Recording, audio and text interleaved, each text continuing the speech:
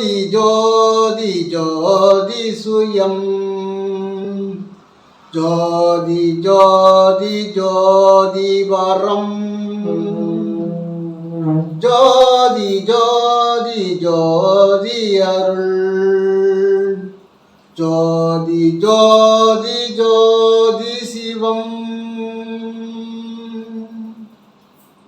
அருட்பெருஞ்சோதி அருட்பெருஞ்சோதி தனிப்பெரும் கருணை அருட்பெருஞ்சோதி. தந்ததாய் ஓர் உயிரும் ஒன்று சேர்ந்து தந்ததாய் ஈர் உயிரும் ஒன்று சேர்ந்து தழைத்ததொரு உடலாகி உலகில் வந்தேன். அந்த ஈர் உயிருக்குள் அந்த ஈர் உயிர்கள் வினைகள் தனித்தனியே அளித்த பதிவுகள் எல்லாம் என் சொத்தாட்சி. இந்த அரும் பிறப்பில் முன்வினை அறுத்து எல்லையில்லா மெய்ப்பொருளை அடைவதற்கு இப்படி தந்ததாய் இருவரும் அந்த ஈர் உயிரும் ஒன்று சேர்ந்து தழைத்ததோர் உடலாகி உலகில் வந்தேன் அப்படின்ற. தழைத்த உடல் நல்ல உடல் எடுத்துட்டு வந்திருக்கும். தழைத்ததோர் உடலாகி உலகில் வந்தேன். அந்த ஈருயிர்கள் அந்த தாய் தந்த ஈருயிர்கள் வினைகள் முன்வினைகள் தனித்தனியே. அப்பா வினை ஒரு சரக்ஸ், அம்மா வினை 2 சரக்ஸ், 3ஐயும் நம்மகிட்ட கொடுத்துட்றாங்க. அவங்க புண்ணியம் செய்தாங்களோ பாவம் செய்தாங்களோ எல்லாமே அதில் இருக்கும். அப்போ புண்ணியத்துக்கு தகுந்த மாதிரியும் பாவத்துக்கு தகுந்தபடியும் நம்ம வாழ்க்கை அமைப்போகுதுன்னு அர்த்தம். புண்ணிய செயல் அதிகமாக இருந்தால் மகான்களாகவும் உலகம் போற்றக்கூடியவர்களாகவும் அறிவாளிகளாகவும் நாண உள்ளவர்களாகவும் பொதுமக்களுக்கு நன்மை செய்வர்களாகவும் இருப்பார்கள். புண்ணியம் ஓங்கி இருந்தால். புண்ணியம் கம்மியாக இருந்தது, முன்வினை பாவப்பதிவுகள் அதிகமாக இருந்தது அப்படின்னு சொன்னால் கண்ணு தெரியாமல், காது கேட்காம, கால் முடமாக, வாயிருந்தும் பேச முடியாமல், ஊமையாக, ஊனமுற்று படாத துன்பம், பிறந்ததுலேருந்து இறக்கிற வரைக்கும் துன்பம் தான். சங்கீத கர்மானம் தொடர்ந்து வந்துகிட்டே இருக்கும். அப்போ அதுதான் இந்த பதிவில் சொல்றார். அந்த ஈருயிர்கள் வினைகள் தனித்தனியே, 2 பேரும் தனித்தனியே கொடுத்துட்டாங்க. அது நல்வினையோ தீவினையோ அதை நான் அனுபவிச்சாகணும். அந்த அவங்க அளித்த பதிவுகள்லாம் என்னுடைய சொத்து அப்படின்றார். அவங்க கொடுத்தத பதிவு தான் என்னுடைய சொத்து அப்படின்றார். இந்த அரும்பிறப்பில் முன்வினை அறுத்து, இது இந்த பிறப்புன்றது அரும்பிறப்பு, அரிய பிறப்பு, பெரிய பிறப்பு. இது இந்த எண்ணெய் அப்படியே தொடர்ச்சியாக வந்துகிட்டே இருக்குது, வாழையடி வாழையாக வந்துகிட்டே இருக்குது. அப்போ இப்படியே போயிட்டு இருந்தால் என்ன ஆகுது? இந்த வினையை அறுக்கணும், இந்த வினைக்கு தீர்வு காணணும் அப்படின்றது தான் இந்த அரும்பிறப்பில் முன்வினையை அறுத்து அப்படின்றார். முன்வினையை அறுக்கணும் அப்படின்றார் வள்ளல் பெருமான். வள்ளல் பெருமான் சொன்னது தான் எல்லாரும் சொல்கிறோம். அதை பிரித்து மாற்றி அவங்க சொன்னது அடமொழியில் நமக்கு புரியலன்றதுனால அதை மாற்றி சொல்கிறோம். அது எல்லாமே வள்ளல் பெருமான் தான் சொல்கிறார். எல்லையில்லா மெய்ப்பொருளை அடைவதற்கு, எல்லையில்லா மெய்ப்பொருள் எங்கே இருக்குது? எல்லாருக்கும் தெரியும்.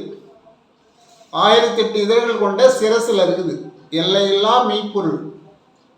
எப்பொருள் மெய்ப்பொருள் என்போர் மெய் கண்டோர், இந்த மெய் கண்டோர் அப்பொருளாகிய அருட்பெருஞ்சோதி அப்படின்னு. இந்த மெய்யை கண்டணும். இந்த மெய்ன்றது உயிர், உயிர் தான் மெய். உயிருக்கு அழிவு இல்லை, இந்த உடம்புக்கும் அழிவு இல்லை. சித்தர்கள் சொல்றபடி, வள்ளல் சொல்றபடி செய்தோமானால் உடம்புக்கும் அழிவு இல்லை. இப்போ சீவ சமாதி இருக்கிறாங்க, பல காலம் அந்த உடம்பு அப்படியே இருக்கும். ஏன்? ஜீவனை காப்பாற்றினார்கள், ஜீவனோடு ஒன்றி இருந்தார்கள், ஜீவனோடு பழகினார்கள், ஜீவனோடு இணைந்தார்கள். அதனால உடம்பு அழியாது. எத்தனையோ நம்ம சித்தர்களை பார்த்துருக்கிறோம், உடம்பு அப்படியே இருக்கும், பல காலம் இருக்கும். அவர் என்ன சொல்றாரு? திரு ஓங்கு புண்ணிய செயல் ஓங்கு. திருன்றது உயிர், இந்த உயிர் ஓங்க வேண்டும். புண்ணிய செயல், அப்பா செஞ்ச புண்ணிய செயலோ அம்மா போய் செஞ்ச புண்ணிய செயலோ அது கிடைச்சதுன்னா ஓங்கும் அப்படின்ற. புண்ணிய செயல் ஓங்க, அன்பர் திறம் ஓங்க. திறம்னா திறமையான ஆள்,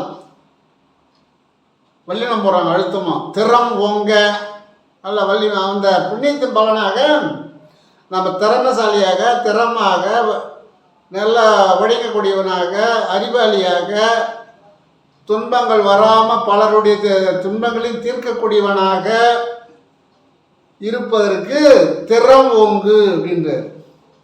செல்வம் ஓங்கு, செல்வம் இதுக்கு வேணும். திறம் வந்தால் செல்வம் வந்துடும். சில பேர் சொல்லுவாங்க மூலதனம். ஏன்னா மூளையை சரியாக பயன்படுத்தினா எந்த தொழில் செய்யலாம், எப்படி செஞ்சால் இதில் நஷ்டம் வரும், இதில் லாபம் வரும் அப்படின்னா மூலதனம். நம்ம மூலதனம் என்னன்னா முதல் வைக்கிறாங்களா, அது மூலதனம் இல்லை. இதுதான் எவ்வளோ முதல் வைச்சாலும் மூளையினுடைய மூலதனம் வேண்டும் அப்படின்னு சொல்றாரு. செல்வம் ஓங்க, செல்வம் இருக்கணும், மூலதனம் இருந்தால் செல்வம் வந்துடும். அறிவு ஓங்கு நிறைவான இன்பம் ஓங்க. அப்புறம் என்ன பண்ணோம்? அறிவு ஓங்க வேண்டும். அறிவு ஓங்கினால் நிறைவான, என்னைக்கும் நிறைவான இன்பம் ஓங்கும் அப்படின்ற. இன்பமாகவே இருக்கலாம், துன்பத்துக்கு வழி கிடையாது. அந்த ராசி மாறிச்சு, இந்த ராசி மாறிச்சு, அவர் வந்துட்டாரு, இவர் வந்துட்டாரு அப்படின்னு சொல்கிறாங்களே, எந்த ராசி மாறாது, என்னைக்கும் மாறாது, எப்போவும் மாறாது. நாம் இருக்க வேண்டிய இடத்திலே இருந்தேமானால் மாறாது அப்படின்றார்.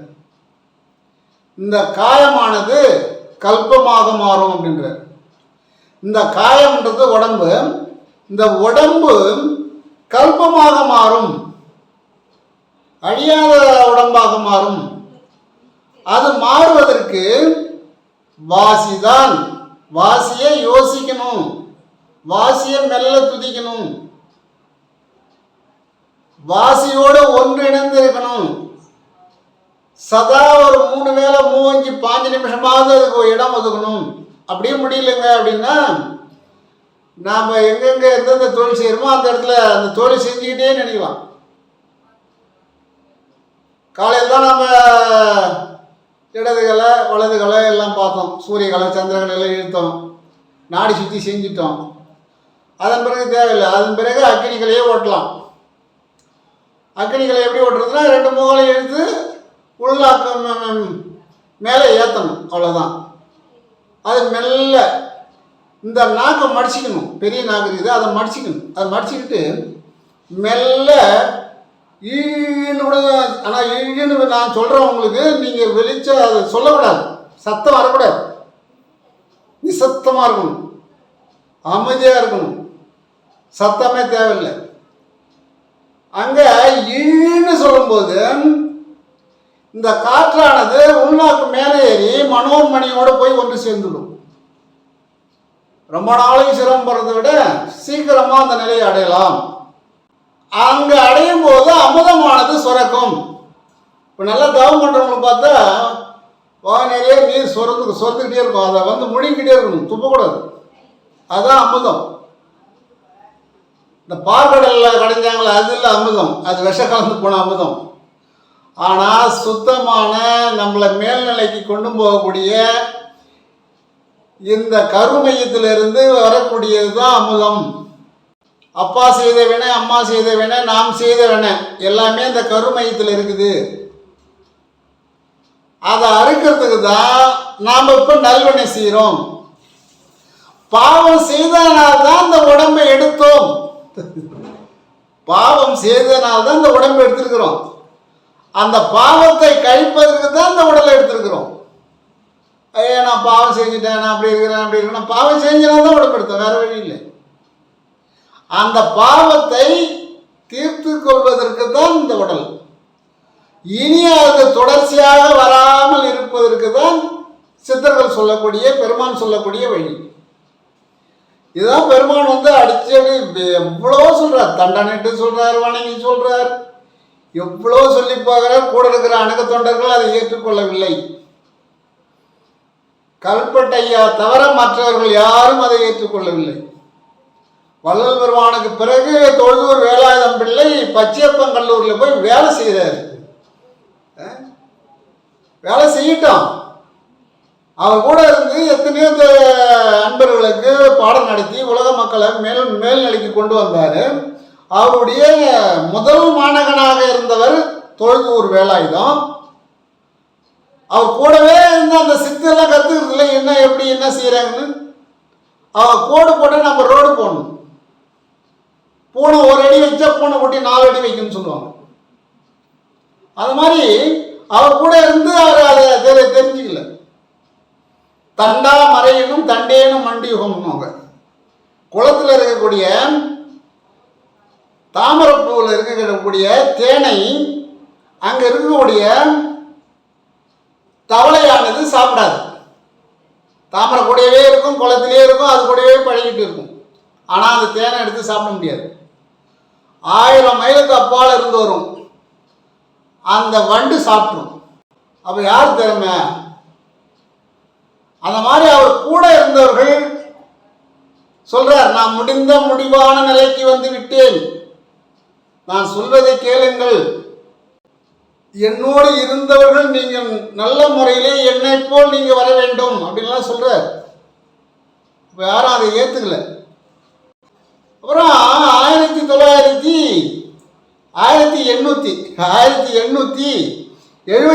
ஞான சபையை கட்டி முடிக்கிறார்.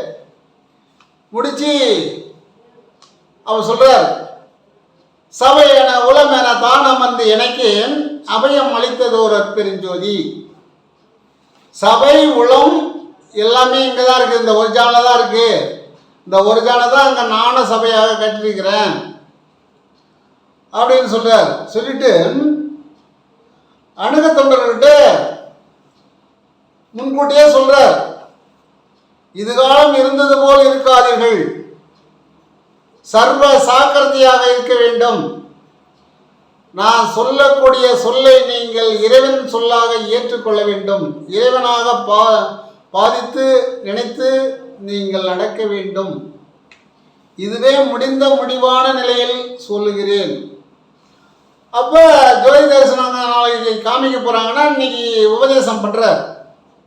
அப்போ அனைத்து தொண்டர்களும் இருக்காங்க. ரத்னமொழியாக இருக்காரு, தியாகமொழியாக இருக்காரு, கடலூர் செட்டியாருங்க எல்லாருமே இருக்கிறாங்க, குறிஞ்சிப்பாடி மொழியாருங்க இருக்கிறாங்க, காரணப்பட்டு கந்தசாமி இருக்கிறாரு, எல்லாமே இருக்கிறாங்க.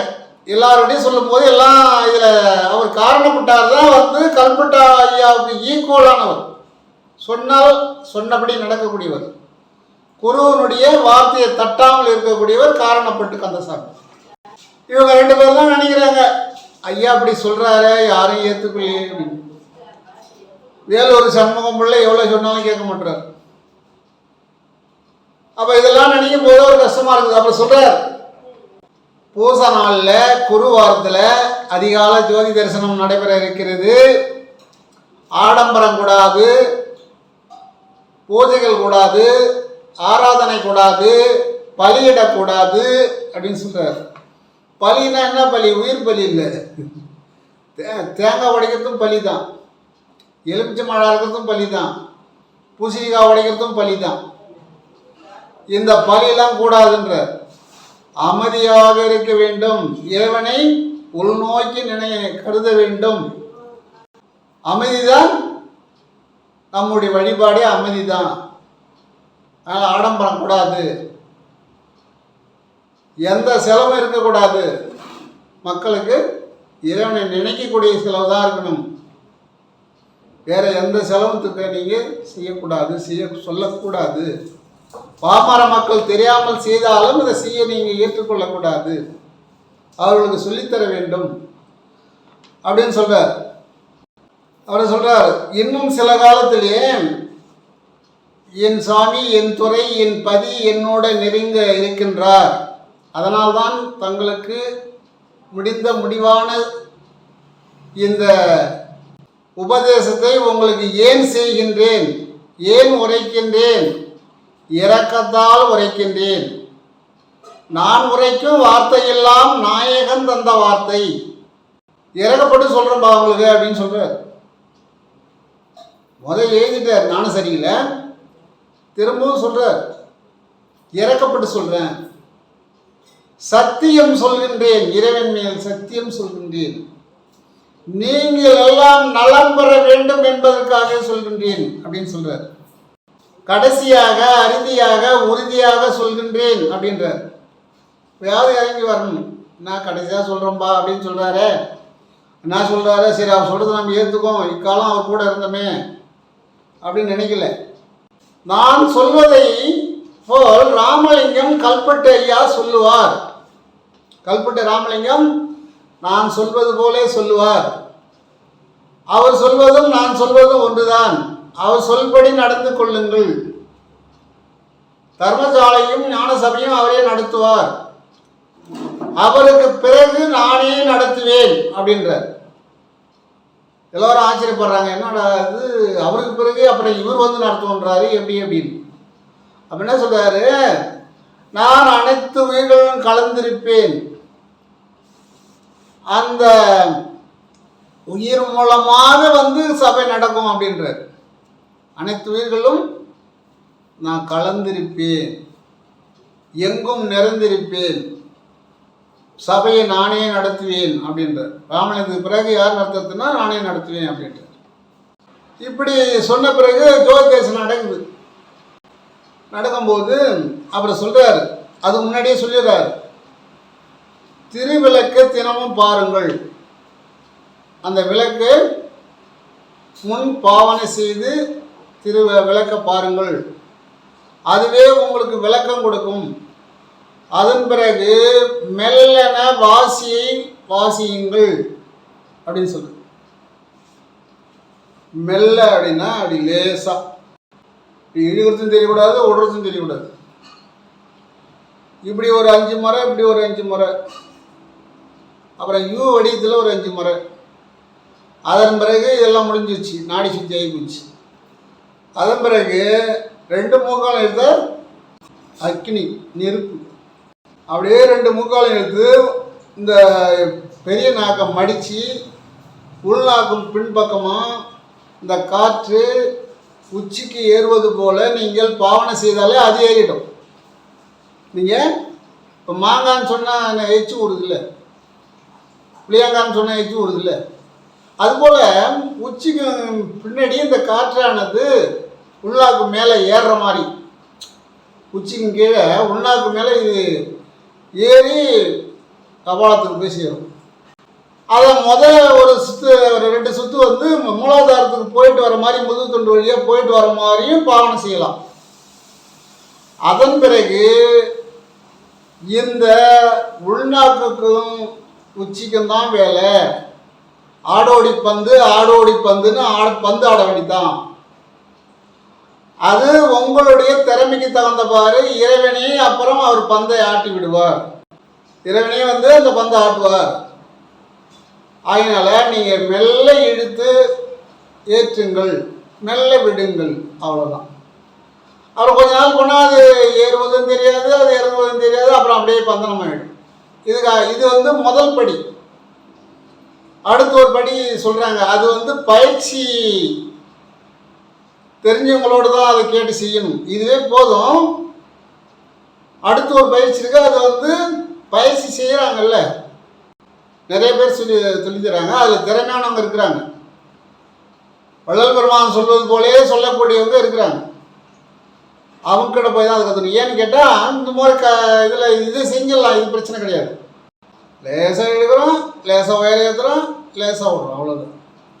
அப்புறம் இழுக்கிறதும் தெரியாது, உயர போகிறதும் தெரியாது, அப்படியே நிசத்தமாக இருக்கும், அப்படியே இருக்கலாம். இப்படி சுகாசனம் இல்லை பத்மாசனமே வந்து ஒரு பிரமிட் ஆகிடும். இப்படி உட்காரும்போது ஒரு பிரமிடு. சின்முத்திரில் இருக்கும்போது இந்த பிரமிடு நல்லா வேலை செய்யும். முதுகு தண்டு நேராக இருந்தால் போதும்.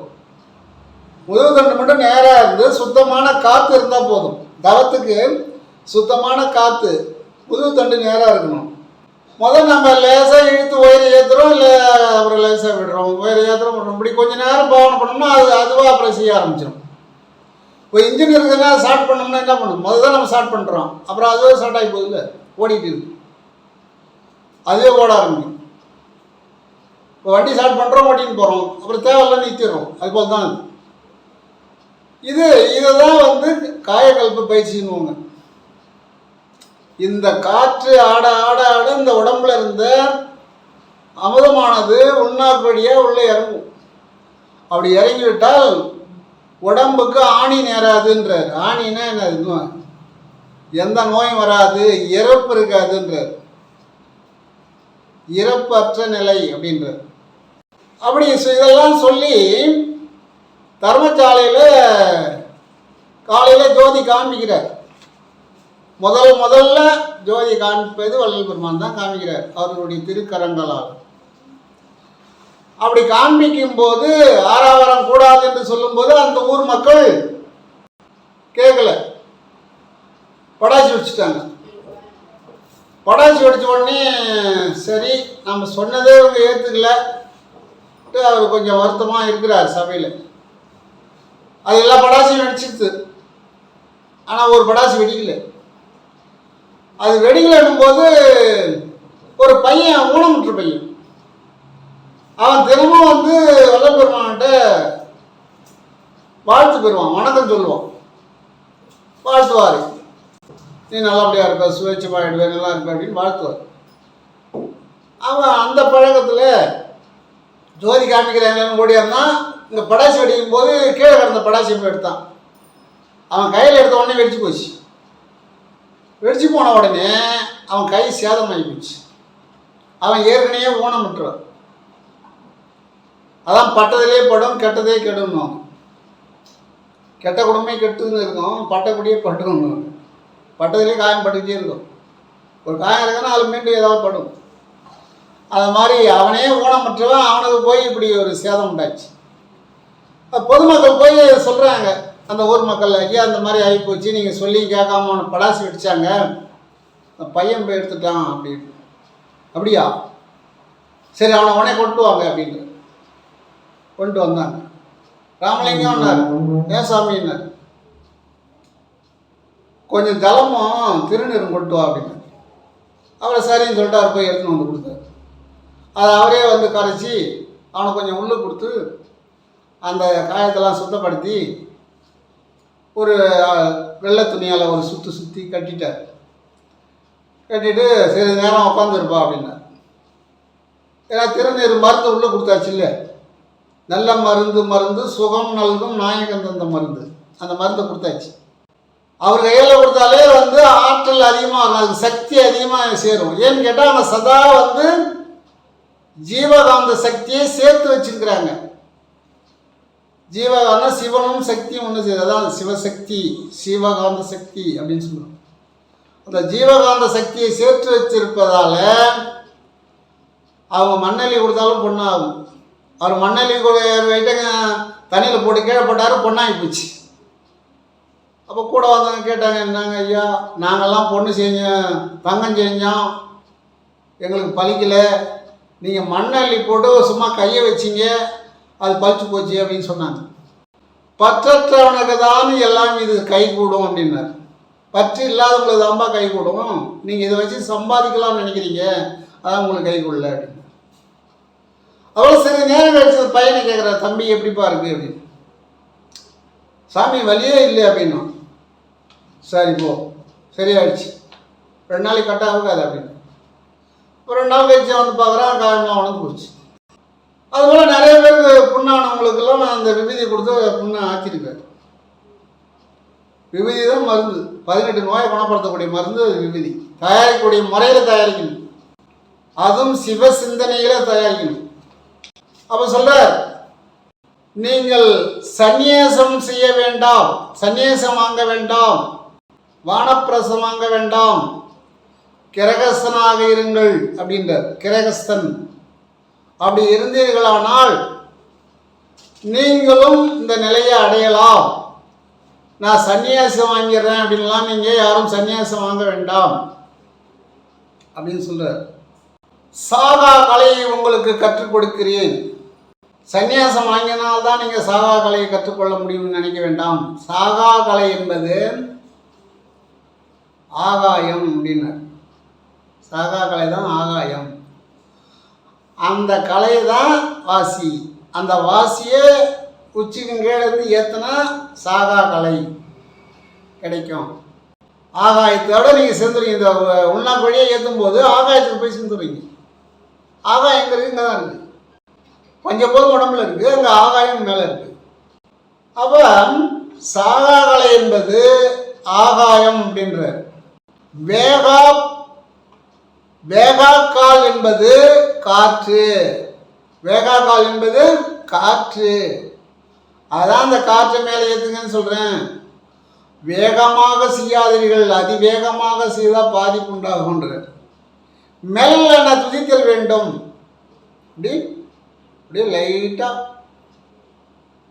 கொஞ்ச நாளைக்கு தான் நீங்கள் மூக்கில் அப்படி கை வச்சுலாம் இருக்கணும். அப்புறமா அதுவாக வலது பக்கம் எடுக்கணும், வலது பக்கம் வரும், இடது பக்கம் எடுக்கணும்னா இடது பக்கம் வரும். ஸோ எல்லாமே அதுவாக செய்யும். நாம் நினைச்சாலே செய்யும், நாம் நினைச்சா மாறும். கொஞ்ச நாள் பண்ணாங்க. வேகா கால், கால்னா காற்று, அதுதான்ப்பா காற்று. ஆகாயம் சாகா காலை கடிச்சு போச்சு. வேகா கால். போகா புனல் அப்படின்ற போகா புனல் என்பது சுக்கிலம், இல்லறம் அப்படின்னு சொல்றார்.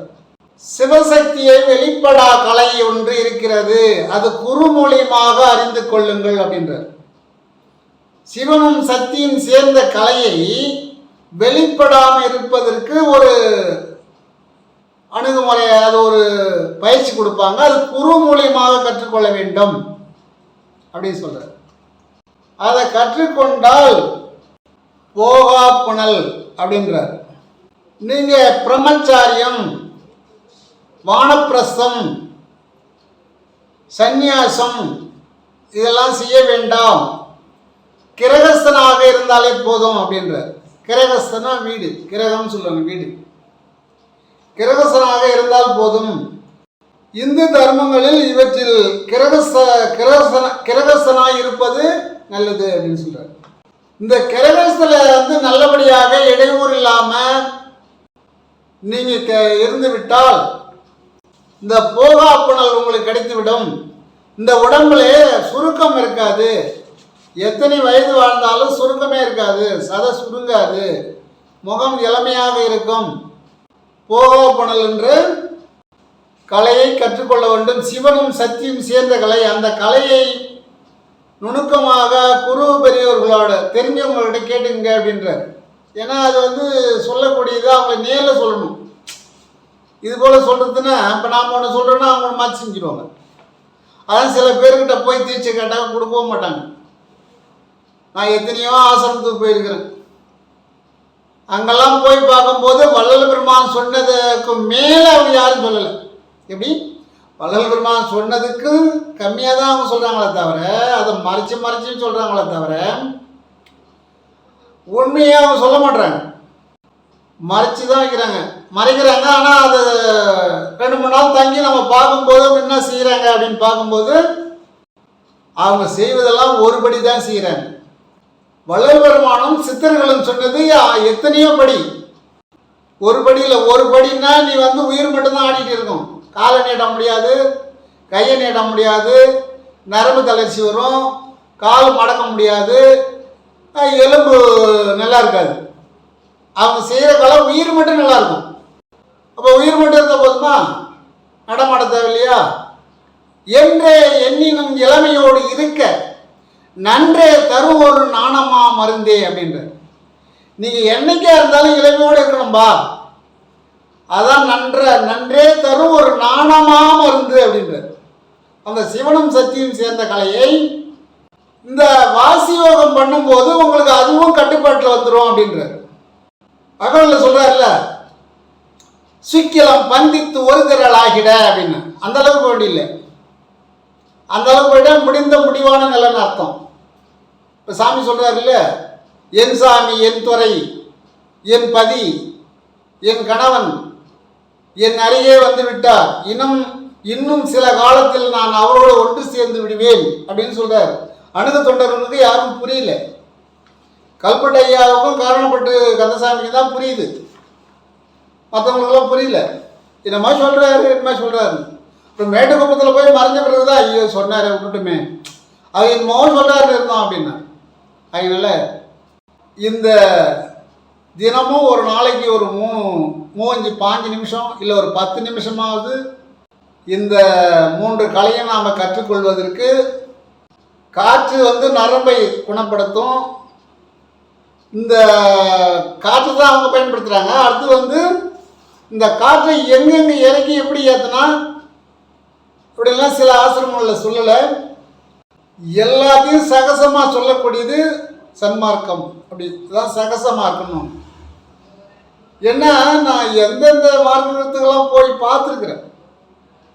அவங்களாம் நம்மளை அபகனமோ நிறைய தெரிஞ்சவங்க மாதிரி நம்ம தெரியாத மாதிரி ஒரு மாதிரியாக பேசுகிறாங்க. சரின்னு நாங்கள் அப்படி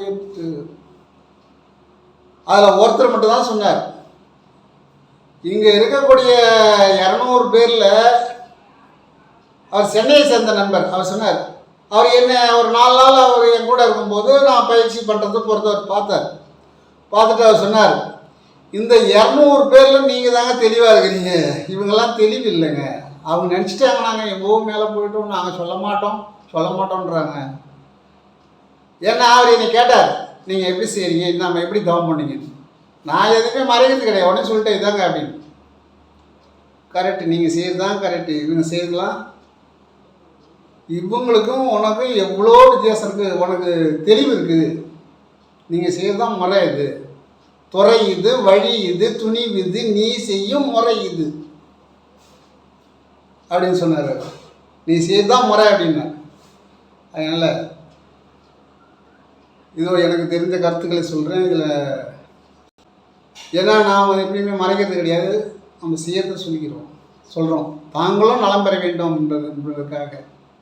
ஜோதி ஜோதி ஜோதி சுயம் வாம ஜோதி சோம ஜோதி வான ஜோதி நான ஜோதி ஏம ஜோதி ஓம ஜோதி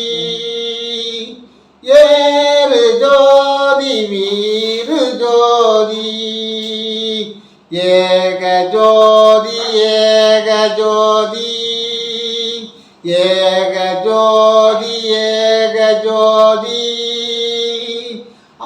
ஆதி நீதி வேதனி ஆடல் நீடு பாதனி வாதினான போதனி வாழ்க வாழ்க நாதனே வாழ்க வாழ்க